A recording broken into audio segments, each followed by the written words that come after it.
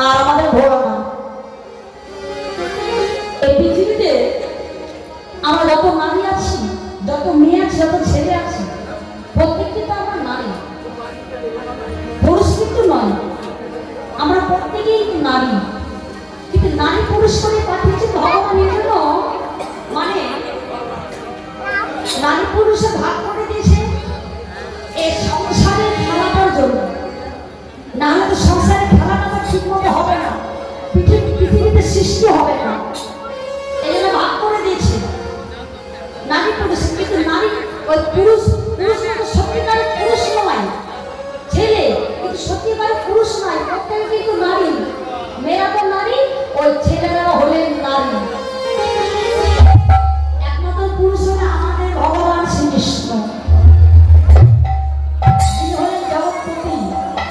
জগৎপতি মানে আমাদের সকলের প্রতি, আপনাদের মায়েদের প্রতি, আপনাদের আমাদের প্রতি, বাবাদের দাদা ভাইদের প্রতি। দেখবে মা, যারা বৈষ্ণব বৈষ্ণবী, যারা পূজা পালন করে দিবানিশ ভগবানের যখন সেবা দিবে, তারা কি করবেন মা? ওই যে মাথায় কাপড়টা দিবে, মাথায় কাপড় কারা দেয়? কারা দেয়? মাথায় কাপড় কারা দেয়? নারীরাই তো দেয়। যারা বৈষ্ণব ব্রাহ্মণ, যারা ছেলে, তারা দিচ্ছেন কেন? তারা ভালো করে জানে আমরা পুরুষ নয়, আমরা হলাম নারী। এই জন্য তারা ওই মাথায় কাপড়টা দিয়ে ভগবানের পূজা অর্চনা করে, ভগবানের সেবা দেয়। আমরা কিন্তু প্রত্যেকেই কিন্তু নারী। ভগবানকে প্রতিরূপে মানার সকলের অধিকার, ভগবান প্রতিরূপে ভালোবাসার সকলের অধিকার। সকলে ভালোবাসবে ভগবানকে। এই জগতে প্রাকৃত জগতে বাইরের মানুষকে ভালোবেসো না। ঘরের সামনে থাকতে ওই বাইরের পরপুরুষকে ভালোবেসো না। যদি পরপুরুষকে ভালোবাসতে হয়, ভালোবাসে একমাত্র ভগবান শ্রীকৃষ্ণকে। তাই তো ভোলানাথ বললে, পার্বতী আমি যাবো, তুমি যাবে তোমার সামনে, আমি যে ধরে না আমি তোমার সাথে যাবোই যাবো। পার্বতী চিন্তা করলে, হে এখন যদি আমার সঙ্গে যায়, আমি এখন কেমন করে যাবো? আমার বুঝে যাওয়াটা বন্ধ হয়ে যাবে। তো বলে, স্বামী শোনো, তুমি যদি যেতে চাও ওভাবে গেলে হবে না। বলে, কেমন করে যাবো? তুমি যদি যাও তাহলে তোমাকে নারী সেজে যেতে হবে। পার্বতী বেশ ভালো, পার্বতী আমাকে নারী সাজিয়ে, তোমার শাড়ি আছে, তোমার অলঙ্কার আছে। কি বললেন মা? পার্বতী ভোলানাথকে শাড়ি পরিয়ে দিলেন, অলঙ্কার পরিয়ে দিলেন, শাড়ি কিছু পরিয়ে দিলেন। নারী সাজিয়ে করে যখন নারী সাজা হলো, নারী সাজা করে বলেন, পার্বতী দেখো আমাকে কেমন লাগছে, নারী মনে হচ্ছে? বলে, হ্যাঁ নারী তো মনে হচ্ছে পরে, কিন্তু হ্যাঁ তুমি কি একটু মোটাটা বেশি হয়ে গেছে। তোমার ভোলানাথ এত মোটা, নারীরা তো মোটা আছে, কিন্তু এত মোটা কিন্তু নারীরা হয় না। বলে, যাই হোক তবুও চলে যাবে। কিন্তু হ্যাঁ একটা কথা বলি, নাচতে পারবে তো?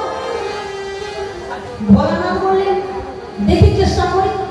বলে, দেখো ঘরে ভালো করে নাচতে হবে, যেন না চিনতে পারে ভগবান শ্রীকৃষ্ণ। তখন বেশ চেষ্টা করে, পারবো না কেন? নাচতে অবশ্যই পারো। তুমি পারো, আমি আবার পারবো না। তো ঠিক আছে, তুমি যখন পারো তোমাকে এখনই দেখা, এখন তোমার এখনই পরীক্ষা করতে হবে। এবার কি বললেন, পারবো তো, নাচবো তো পারে, কিন্তু গান গাইবে যাবে। বলে, শোনো আমি নাচছি না, শোনো তুমি নাচো, আমি গান গাইছি। এমন সময় কি করতে লাগলেন, না ভোলানাথ না পার্বতী না গান গাইতে লাগলেন, আর ভোলানাথ নাচতে লাগলেন। কেমন করে?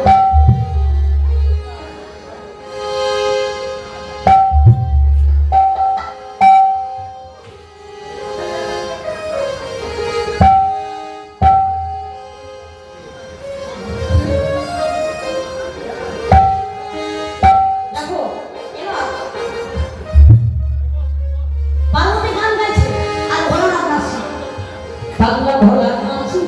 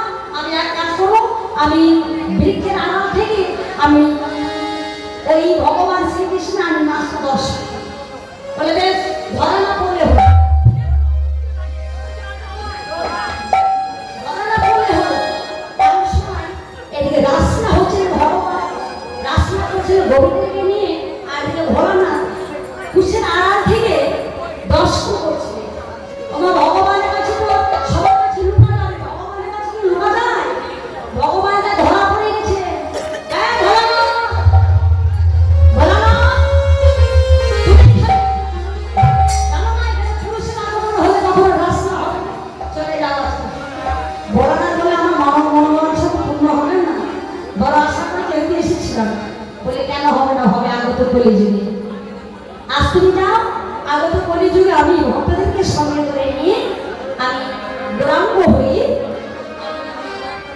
শিবা সাঙ্গিনাতে নৃত্য করবো, আর তুমি অদ্ভুত হয়ে শিবা সাঙ্গিনা আমাদের নৃত্য প্রাণ ভরে দর্শন করবে। তাই তো অদ্বৈত মহাপ্রভু প্রাণ ভরে আর দর্শন করছিলেন। আর এদিকে এক পাশ থেকে বৈষ্ণব পদকবি দূর থেকে দর্শন করছেন। আর কি বলছেন? বাসুদেব হোসে করায়বি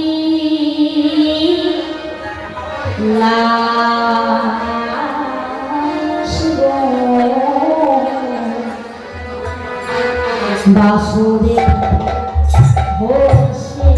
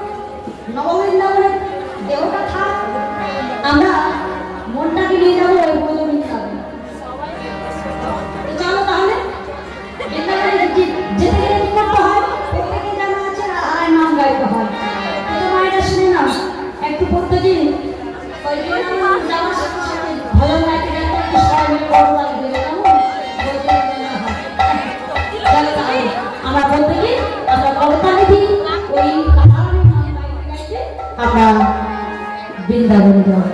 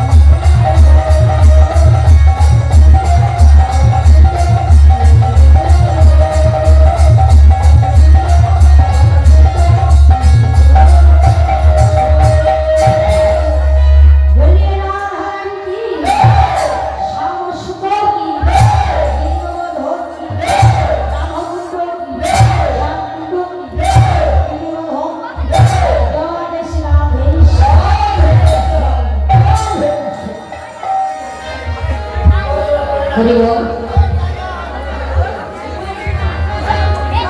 जरा भी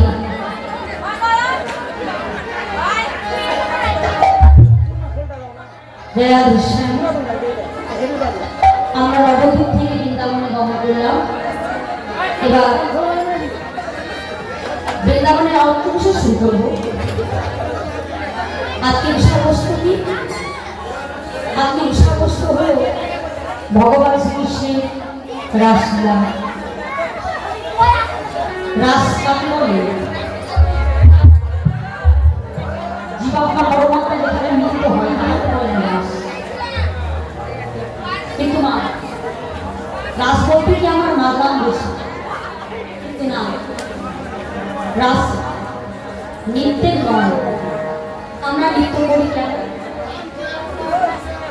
আমরা নৃত্য করে ভক্তমন রঞ্জন করা তো নৃত্য করি, কিন্তু রাসলীলাটা হলো ভজনের ঊর্ধ্বে, ভজনের ঊর্ধ্বে গান। কিন্তু এখনকার কিন্তু নৃত্য ছাড়া রাস হয়। কেননা রাস করতে গেলে নৃত্য করতে লাগে। তো যাই হোক, আজকে আসবো রাসলীলা সম্বন্ধে। নৃত্য নাম কি? নারীর নাচ, নারী নৃত্য হলে তাণ্ডব, পুরুষ নৃত্য হলে লাস্য। নারী পুরুষের একসঙ্গে নৃত্যটা হলে সেটা হলো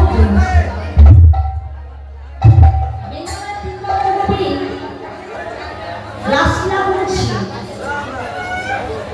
3 রকম গভীর কথা দিয়েছে না, কোন কবি? সাধন সিদ্ধা, নিত্য সিদ্ধা, কৃপা সিদ্ধা। সাধন সিদ্ধা তারা যারা সাধনা করেছিলেন, কার্তিক মাসে 1 মাস ধরে ব্রত করেছিলেন, পূর্ণমাসী কাত্যায়ন যোগমায়া ভগবানের কাছে ভগবানকে চেয়েছিলেন। ভগবানকে যেদিন চাই, ভগবান বলে ভগবান তোমাকে আমরা প্রতিরূপে চাই। ভগবান বলে তথাস্তু, আমাকে পেতে পারো, আজকে নয়, শারদীয় পূর্ণিমায় নিধুবনে তোমাকে আমি আশীর্বাদে দিয়ে দিব। সেই তোমাকে তোমাদের প্রতিরূপে তোমাদের মনোকাঙ্ক্ষা পূর্ণ করব। নিত্য সিদ্ধা, নিত্য সিদ্ধা ওই বৃন্দাবনের মূল পত্নী গণেরা, যারা যাদের কোনো সন্তান সন্ততি ছিলেন না, ভগবানের সেবার জন্য অন্য নিয়ে গেছিলেন, ওই মূল পত্নী গণেরা ভগবানের কাছে আত্মসমর্পণ করে দিয়ে বলেছিল, ভগবান আমরা সংসারকে চাই না, আমরা চাই শুধু তোমাকে প্রতিরূপে। ভগবান বলেছিলেন যে তথাস্তু, তোমাদের মনোবাঞ্ছা পূর্ণ আজ নয়, তোমাদের মনোবাঞ্ছা পূর্ণ করবো ওই সেদিন শারদীয় পূর্ণিমায় তোমাদের আশীর্বাদ দিয়ে দেবে। টাকারা ওই 60,000 বালক মুনিগণ জুড়ে শ্রীরাম অবতার কালে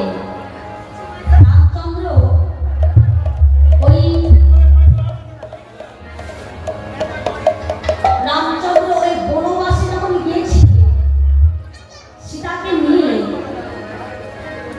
তো যত ছিল মুনিগণ 60,000 বালক মুনি তারা সাধনা করতেন, তারা ধ্যান করতেন। তাদের সম্মুখে ভগবান রামচন্দ্র সীতাকে কাঁধে করে নিয়ে হাঁটতে হাঁটতে যাচ্ছিলেন।